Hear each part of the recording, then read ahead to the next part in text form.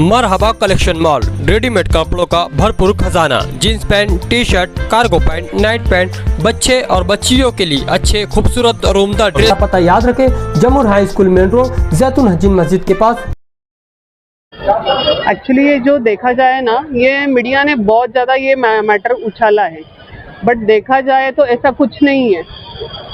जो भी birth certificate निकले हैं उसमें से सच में कितना फेक बर्थ सर्टिफिकेट है, एटलीस्ट पुलिस ने ये इंक्वायरी करनी चाहिए। ये देखा है क्या पुलिस ने? क्या हुआ है कोर्ट में यही हुआ है कि जो नायब तहसीलदार इनकी वाइफ है, उनके अकाउंट में 44 लाख ये कहाँ से आए? ये फर्स्ट ऑफ ऑल है, पुलिस ने ये बताने से पहले या मीडिया में आने से पहले उन्होंने ये सब पहले चेक करना चाहिए कि ये अमाउंट कहाँ से आई है। ये उनकी जो वडिलोपार्जित जो मिलकत है, जो एंचेस्टर प्रॉपर्टी है, वो सेल आउट करके उनके अकाउंट में पैसा आया है। उसका और इसका कुछ लेना देना नहीं है।